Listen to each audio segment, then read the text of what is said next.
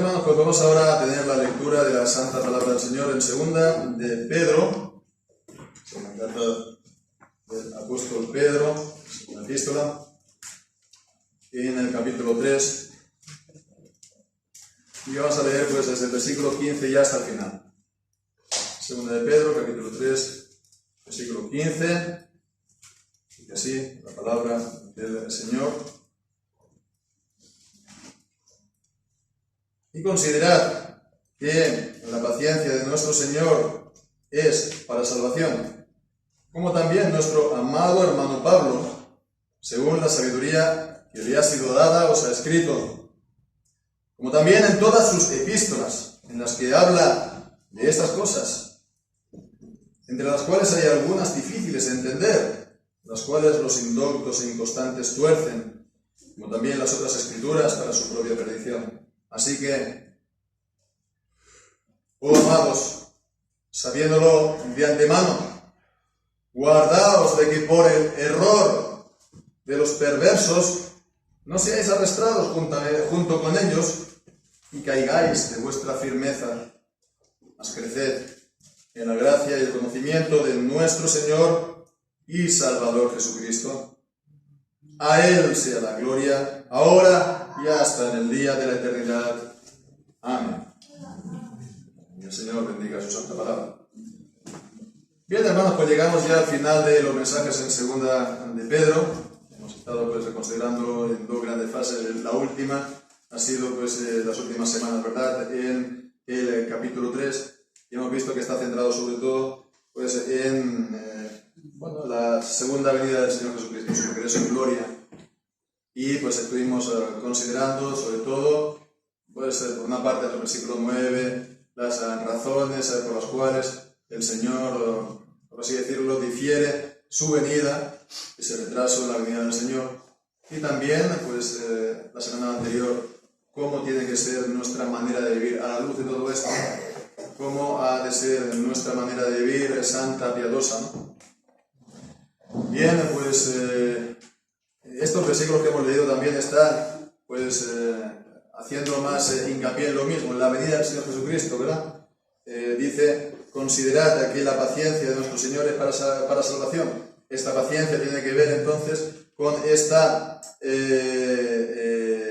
este demora, por así decirlo, de su venida. En el versículo 9 pues dice, el Señor no retarda su promesa como algunos la tienen por tardanza, sino que es paciente para con todos. Es paciente para con todos, por lo tanto dice, considerad que la paciencia, paciencia, está hablando por lo tanto de la venida del Señor. Y pues dice, considerad que la paciencia de nuestro Señor es para salvación. O incluso también de manera más literal se podría decir, considerad la paciencia de nuestro Señor es salvación, ¿no? Se puede entender tanto para salvación como salvación, es decir, es salvífica. Si Dios no hubiera dejado todo este tiempo, no habría habido salvación. Si Dios no habría puesto la venida del Señor Jesús para todavía por delante de nosotros en el futuro, no habría llegado la salvación hasta nosotros. Nosotros no seríamos salvos. Entonces, pregunta, ¿valoramos, apreciamos nuestra propia salvación? La salvación de cada uno, propia, personal. Bien, pues si la apreciamos, si la valoramos, hay sobre todo una cosa por encima de todo que tenemos que hacer, que es aferrarnos a las Escrituras, aferrarnos a la palabra de Dios, a la Escritura, apegarnos a ella de corazón. Y esto es lo que se puede decir que es lo que nos enseña de manera resumida este pasaje. Cómo ha de ser también entonces nuestro apego, ¿verdad?, por las Escrituras. Es lo primero que dice aquí Pedro, y primeramente pues acerca del apóstol Pablo, cuando dice como también nuestro amado hermano Pablo, ¿no? Qué bella manera, ¿no?, de referirse a Pablo, nuestro amado hermano Pablo, ¿no? Podríamos a lo mejor adoptar esta manera de referirnos los unos a los otros, ¿no? Ya ha pasado a nuestro vocabulario varón, este varón, bien, está bien, amado hermano, y que estemos hablando de esta manera los unos de los otros. Hoy en día se consideran aquellos que escriben, estudian y enseñan, pues en los seminarios, y etcétera, etcétera, que, bueno, Pablo no se llevaba muy bien con nadie. Pobre Pablo. Pablo, pues, decían, no se llevaba bien con el apóstol Pedro. Y en el fondo dice, estaban enseñando cosas distintas. Por no hablar de Santiago, ¿verdad? Aquí lo ponen como el perro y el gato, ¿no? Bueno, pues, fijémonos, nada de esto es cierto. Amado hermano Pablo. Pero pensemos que también la Escritura nos advierte de dónde vienen las guerras, de dónde vienen las luchas, ¿no? Santiago mismo, ¿no? De nuestras pasiones que están en nosotros. Entonces, bueno, hemos de tener esto presente. Así es como tendríamos que referirnos, o por lo menos hemos de tener esto en el corazón. El amor por los hermanos, el amor por los hermanos que ha de crecer más y más. En todo caso, dice, Él os ha escrito, según la sabiduría que le ha sido dada, os ha escrito. Y el apóstol Pablo, en todas sus epístolas, ponía en la rúbrica apóstol de Jesucristo, llamado a ser apóstol, etcétera, etcétera. Porque él era uno de los apóstoles, de los 12 apóstoles que el Señor había pues elegido, más el sustituto de Judas, ¿no? Los 12, y después Pablo como el apóstol también, apóstol de los judíos, según él dice, nacido fuera de tiempo, un abortivo que el Señor llamó, sobre todo pues para llevar la palabra fuera de los límites del pueblo judío, de la nación física de Israel. Y él como apóstol escribió. Aquí habla de las epístolas, o de las de que en el versículo 16 también en todas sus epístolas, las epístolas de Pablo, no sé si alguien en la escuela dominical se acuerda cuántos escribió. 13, ¿no? Si incluimos Hebreos, como creo que se tiene que incluir, que la carta de los Hebreos es también de autoría del apóstol Pablo. Entonces, 13, además, el apóstol Pablo estaba también por ahí supervisando, se puede decir, o bajo su dirección, fue escrito el Evangelio según Lucas, compañero de Pablo. Lo vemos en el libro de los Hechos. Así pues, vemos que él tenía ese don de parte del Señor como apóstol, según la sabiduría que le había sido dada. Como pues vemos también esto en los primeros capítulos de Primera de Corintios, ¿verdad? Yo como sabio arquitecto puse el fundamento y otro sobreedifica encima. Él es el que trajo, por lo tanto, la palabra de Dios a las distintas iglesias que él formaba o las que ya estaban formadas, y los demás pues sobreedificaban sobre ese fundamento, esa palabra. Bien, pues entonces vemos todo esto. Cuando está diciendo aquí en las cuales habla de estas cosas, versículo 16. Cuando está hablando aquí de estas cosas, una vez más lo hemos de ligar con lo que hemos visto al inicio, ¿verdad? Estas cosas, sobre todo, hace referencia aquí, en este contexto, ¿a qué? A la segunda venida del Señor. Y el apóstol Pablo estuvo hablando y enseñando mucho de la venida del Señor. Por ejemplo, un pasaje tan extenso, tan largo como Primera de Corintios, capítulo 15, acerca de la resurrección y la venida del Señor Jesucristo. O también en la primera carta de Tesalonicenses, la segunda carta de Tesalonicenses, ¿no? Casi es el tema central de estas cartas. Además de otras referencias de aquí y allá en sus cartas acerca de una manera o de otra al regreso del Señor Jesucristo, o la resurrección de los muertos, o el juicio. Estaba llena de estas enseñanzas. Bien, pues dice que de estas cosas hay algunas, dice, reconoce, difíciles de entender. En la palabra de Dios también hay algunas cosas difíciles de entender. Por supuesto, creemos que la Escritura es clara, que creemos en la claridad de las Escrituras.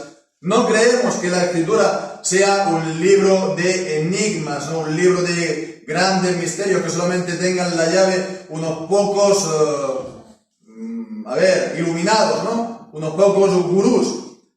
Todos los cristianos, todos los creyentes, tengan más o menos instrucción o más o menos conocimiento, a lo mejor, de cosas de teología, etcétera, etcétera. Todos los creyentes pueden comprender perfectamente lo que la Biblia enseña como mínimo en las cuestiones relativas a Jesucristo y la salvación. Está perfectamente claro. Leemos los evangelios, leemos las epístolas y está perfectamente claro para todo aquel que lea y que sea creyente lo que está diciendo ahí acerca de Jesucristo, de quién es Jesucristo y de la salvación que es por la fe en Jesucristo. Todo el mundo es capaz de entender esto sin problema. Sin problema. Y no depende, por lo tanto, no hay que tratar entonces a los creyentes siempre, pues como si fueran unos niños pequeñitos, ¿no? Y entonces tratarlos siempre a la manera, pues, muy paternal o muy maternal, ¿no? Que no saben decir nada, no pueden hacer nada por sí mismos. No, todos los creyentes tenemos esa capacidad que nos da el Señor, y además es que está perfectamente clara la Escritura, no es un libro, digamos, de enigmas, tal como lo entiende pues el mundo. Ahora bien, también es verdad que hay cosas que son difíciles de entender. Si no, todo el mundo estaría perfectamente de acuerdo en todo. Ya llevamos 2000 años y no nos hemos puesto de acuerdo los creyentes en cuanto a cuestiones como el milenio. El viernes estuvimos hablando acerca del milenio, ¿no? Estuvimos invitando a que la gente viniera, ¿os acordáis?, ¿no?, a la reunión de oración. Bueno, pues vimos la predicación. Si queréis, pues lo podéis seguir, está en el canal de la iglesia de YouTube. Y bueno, pues ya digo, han pasado 2000 años, no nos hemos puesto de acuerdo en la cuestión del milenio. No estará tan clara, ¿verdad? Hay cosas relativas a la segunda venida del Señor que no están claras. ¿No están claras? ¿Es así? Hay cosas que no están claras porque no están reveladas. Por ejemplo, en 2 Tesalonicenses, en el capítulo 2, está hablando de la venida del anticristo y dice: vosotros sabéis lo que lo detiene, ¿no? Pero no dice qué es. Vosotros no lo sabéis, porque el apóstol se lo había dicho. Pero el apóstol en su carta, por las razones que sea, no lo dice. Entonces, claro, evidentemente nosotros, la iglesia, los cristianos, después decimos esto o lo otro. Pero, ya digo, ahí no está negro sobre blanco, ¿verdad? Y después, ya digo, hay cosas que son difíciles de entender. El Apocalipsis es un libro simbólico. Es un libro lleno de imágenes. Es un libro también lleno de bendiciones, por supuesto. No digo que no lo leamos. Pero no es, entonces, de entrada, algo completamente evidente. Son cosas, sí, difíciles de entender. Hemos de recordar, sobre todo una cosa, creo, hermanos, es que las Escrituras son inspiradas por Dios. Eso de entrada siempre. Las Escrituras son divinas. La mente que formó las Escrituras, bueno, está Pablo, sí, y aquí está refiriéndose a Pablo, Pedro, los demás apóstoles, los profetas, etc. Todos ellos, pues las Escrituras fue producto de su mente. Pero la primera mente que dio las Escrituras no fue la de Pablo, sino la de Dios. El autor de las Escrituras es Dios. El autor de las Escrituras es Dios. El resultado de las Escrituras es palabra de Dios. ¿Verdad? Entonces, esto es para que veamos también en qué estriba esta cuestión, ¿no?, de las Escrituras, ¿no? El sentido de las palabras de Pablo y de los demás apóstoles y profetas, etc., no se acaba, por lo tanto, por consiguiente, como consecuencia, como deducción, se puede decir a esto, no se acaba en la intención o el propósito de Pablo. Porque si solamente fuera así, sería un libro meramente humano, como el Quijote, como cualquier otro libro. El autor tiene un propósito, tiene en mente una serie de cosas, se lo da y ya está. Pero las escrituras, por lo tanto, van más allá, al sentido dado por los autores originales en su momento dado, que lo escribieron. Si solamente fuera de Pablo, entonces solamente tendría sentido para los lectores originales, los romanos, los corintios, etcétera, etcétera. Pero es algo que trasciende y por lo tanto lo leemos nosotros, y es también para nosotros. Porque hay todo un sentido de la Biblia que es divino, que atraviesa todo esto y que hace que todo el mensaje de la Biblia sea uno. Y que en cada lugar Dios esté revelando a Cristo de una manera o de otra. Entonces, la Escritura no solamente se tiene que, el sentido de la Escritura, parar uno en el sentido primario, el sentido que también se llama literal, o el sentido de los primeros autores, porque si no sería la Biblia un libro humano más.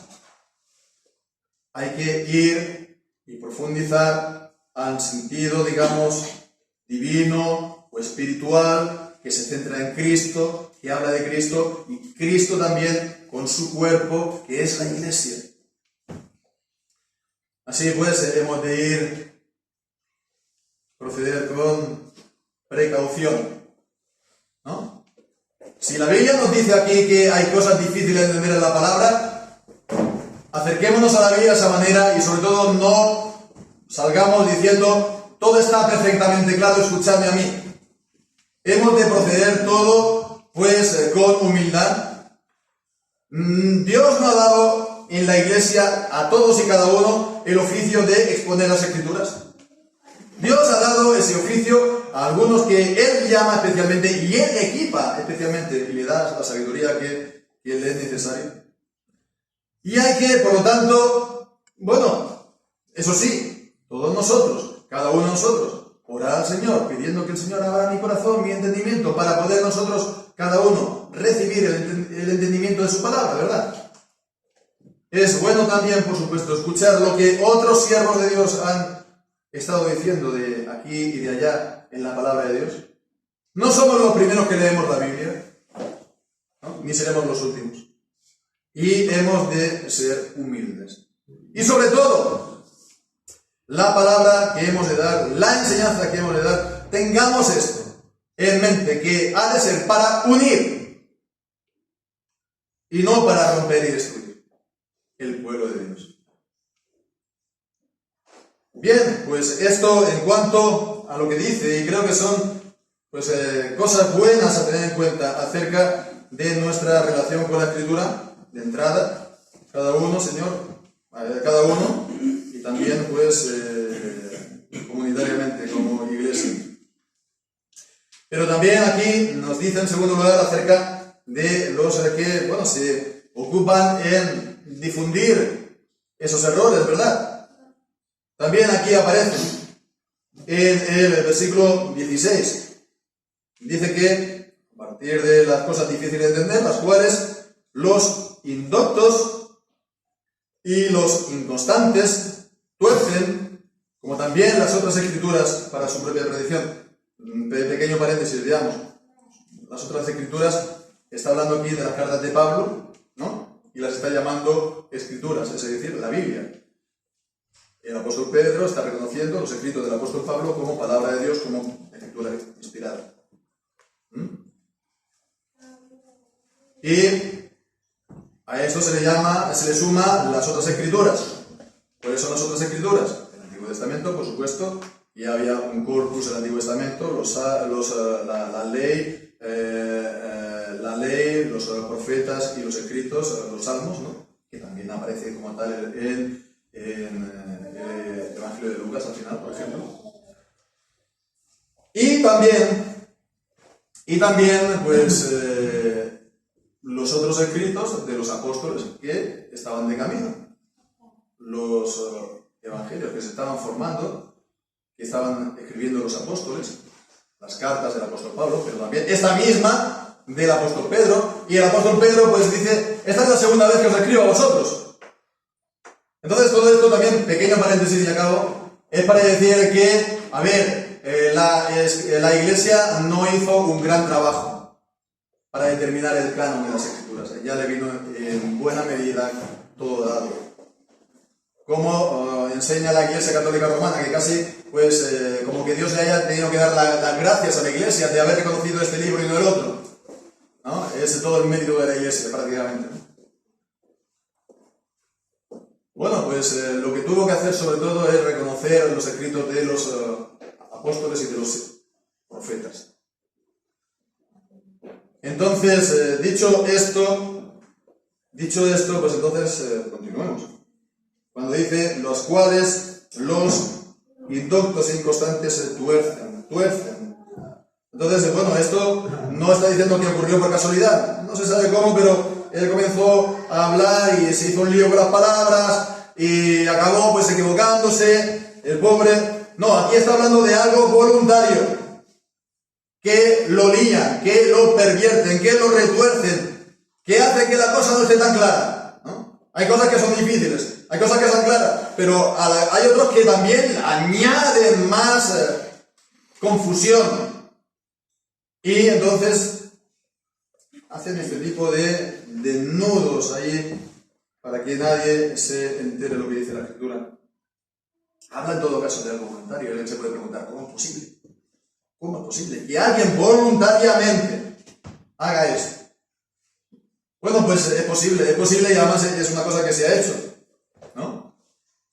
Ya desde el primer siglo, desde que los apóstoles estaban escribiendo, los enemigos estaban pues intentando falsear las Escrituras. Por eso quitaban un versículo aquí y quitaban un pasaje allá. Ya lo vimos en su día, ¿verdad? Los pasajes además que son importantes. En 1 de Juan cuando habla de la Trinidad, o en 1 de Timoteo cuando habla de que Cristo es Dios, que el Hijo es Dios, que Jesús es Dios, hecho carne, el misterio de la piedad. Bueno, pues es que hay gente que tiene el propósito de sabotear y de pervertir conscientemente la palabra de Dios. Si no, no habría ningún problema. Además, hay gente que retuerce la palabra de Dios voluntariamente porque le molesta lo que la Biblia dice. Un ejemplo muy contemporáneo habla, por ejemplo, la Biblia ya sabemos de la homosexualidad, ¿no? Pasajes que condenan la homosexualidad, Levítico capítulo 18, capítulo 19. En el Nuevo Testamento, Romanos capítulo 1, Primera de Corintios capítulo 6, entre otros que podríamos hablar, ¿no? Y entonces pues están aquellos que dicen que voluntariamente pues se ponen entonces ellos, no, sí, déjame, es que yo te voy a explicar las cosas bien. Entonces cuando dice aquí se tienen que entender de esta manera. Y entonces, bueno, al final la conclusión es que no tienen nada claro. Lo que estaba tan claro al principio, al final no estaba tan claro. ¿Y eso para qué es? Para sembrar confusión allí donde están las cosas muy claras. ¿Y eso por qué es? Pues porque ellos quieren hacer primero, o que tengamos la impresión de que la Biblia no condena, ¿no? Eso es un error de percepción. O, dos, que pensemos que, bueno, si bien la Biblia lo condena, eso no importa. No importa porque la Biblia es un libro antiguo, es un libro que ha pasado de moda, ¿no? Fíjate lo que dice aquí, lo que dice allá, ¿no? ¿Tú te piensas que lo que dicen estos de aquí, estos israelitas, ¿no? De hace 3000 años, realmente, digamos, tiene peso? Entonces, lo hacen voluntariamente estos liberales acerca de estas cuestiones de la homosexualidad. Pero diremos, oh, es que sí, ellos son así, pero son muy malos. Pero fijémonos que algo parecido ocurre con cosas que nosotros no le concedemos tanta importancia. Por ejemplo, que haya mujer pastor en las iglesias.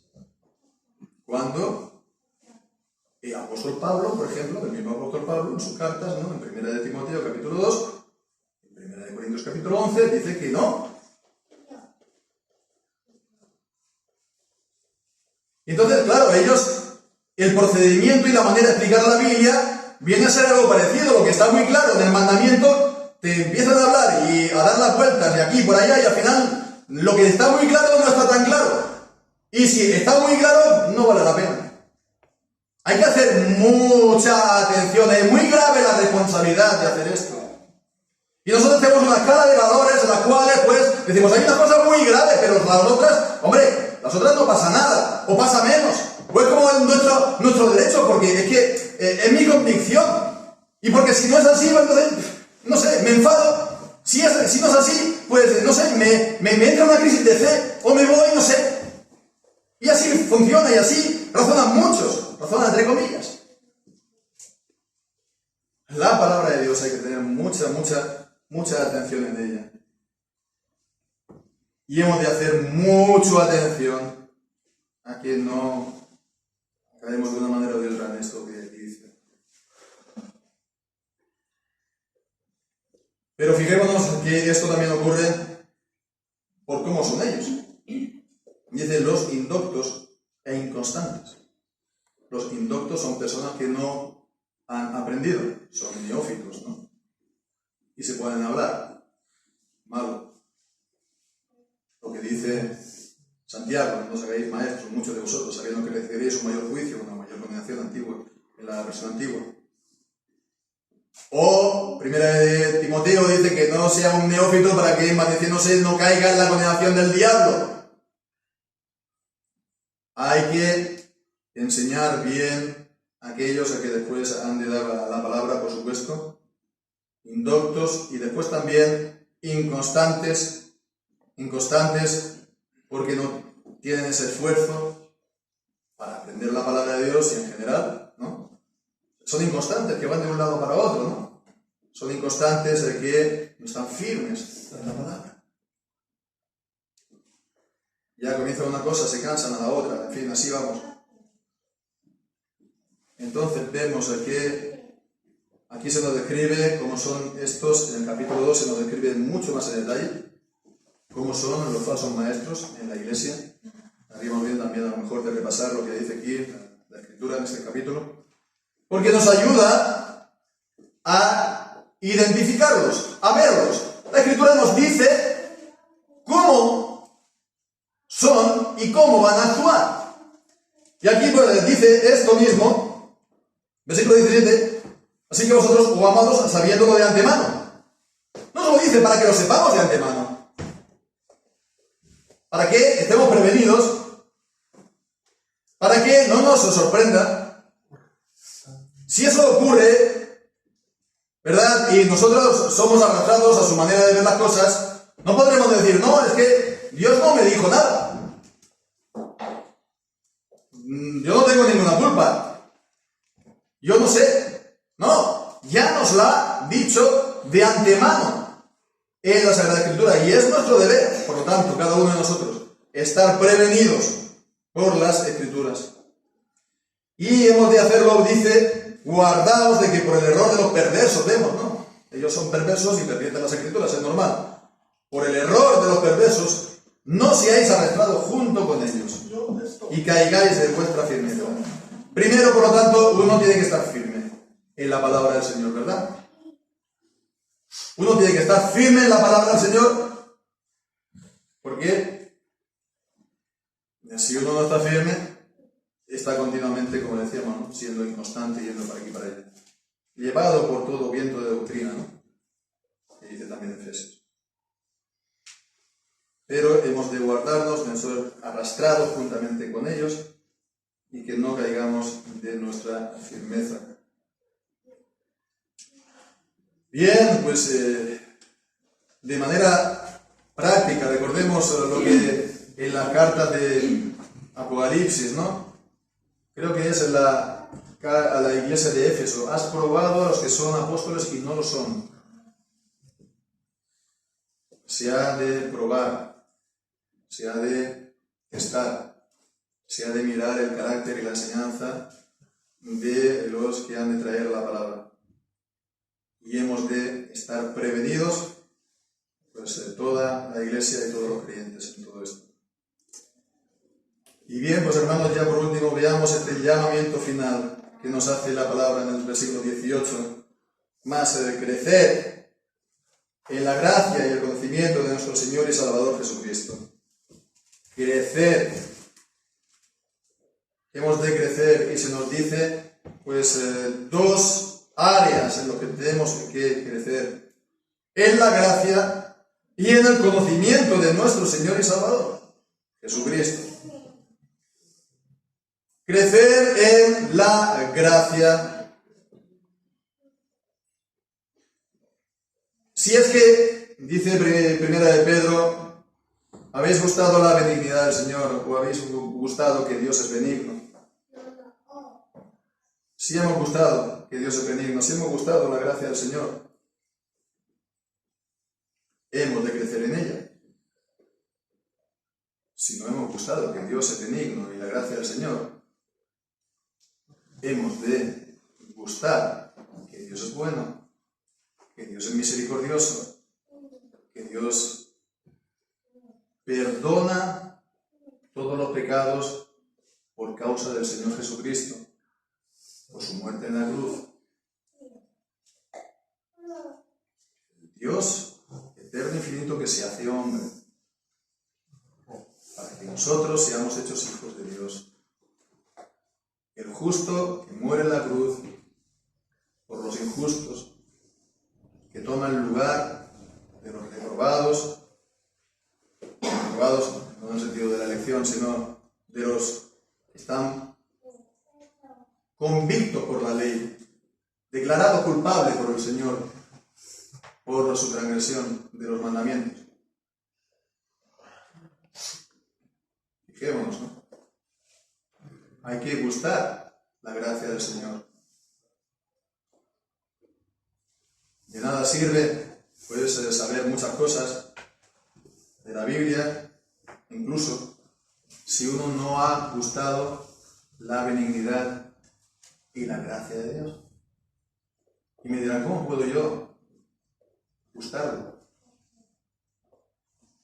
Pues Dios os llama en su palabra a que vayamos a Él, a Cristo. Cristo dice, venid a mí todos los cansados, todos los fatigados, y yo os haré descansar. En Isaías, esto dice, venid y comprad sin dinero. Sin dinero. No podéis vosotros pagar nada. Simplemente es Él. Dios dice, venid a mí para el perdón de vuestros pecados. Venid a mí. Venid a Cristo. Arrepintiendo de vuestros pecados, por supuesto. No es venir aquí para seguir pecando. Por supuesto, es veniendo lamentando los pecados. En arrepentimiento sincero por los pecados. En arrepentimiento para vida. Con tristeza según Dios. Quien viene a Cristo, Dios no lo echa fuera. El Padre no lo echa fuera. Cristo no lo echa fuera. Gustad la benignidad del Señor si no le habéis gustado todavía, nos dice la palabra. Y luego, creced en ella, en la gracia. Creced en el amor de Dios, en ese sentimiento pues, tan grande de que Dios nos ha amado en Cristo desde antes de la fundación del mundo, incondicionalmente, sin que nosotros podamos decir, no, mira, que hemos hecho esto, lo otro. No, a pesar de lo que hemos hecho, Él nos ha amado en Cristo. Creced en esto, creced en saber que si hemos venido a Cristo, no es por otra cosa, sino porque Él nos ha dado al Espíritu Santo para que vayamos a Él. Él ha hecho que ese llamamiento de la palabra sea eficaz hace en nosotros. Ha sido Él y no nosotros. Creced. Creced en la palabra del Señor, en sus promesas, que son sí y amén en Jesucristo.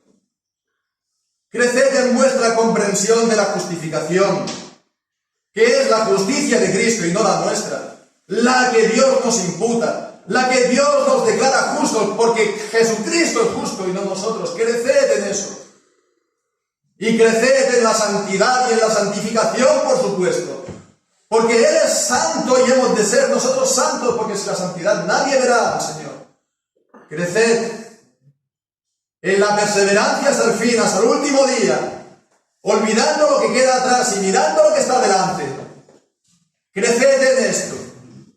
Y creced en vuestra fe y en vuestro amor en el Señor Jesucristo. Porque no es entonces teorizar sobre cada una de las cosas de manera abstracta, sino por la fe en Cristo. Por la fe en Él. Mirad a Cristo con los ojos de vuestra alma, con los ojos de vuestro entendimiento, y creced en Cristo todos los días de vuestra vida. Y esa es vuestra manera de crecer en la fe. Nos dice la palabra del Señor. Las dos cosas juntas, la gracia y Cristo. Cristo y la gracia, creced en ellos todos los días de vuestra vida. Hermanos, hemos de crecer, no hemos de ser siempre niñitos, como dice la palabra primera en Hebreos, capítulo 5 y capítulo 6. Hay algunos que por el tiempo ya tendrían que ser maestros y tienen necesidad todavía que se les esté explicando los primeros rudimentos de la palabra de Dios, el A y el E, el B y el C. Crezcamos todos en aquel que es nuestra cabeza, en Cristo. Crezcamos. Crezcamos.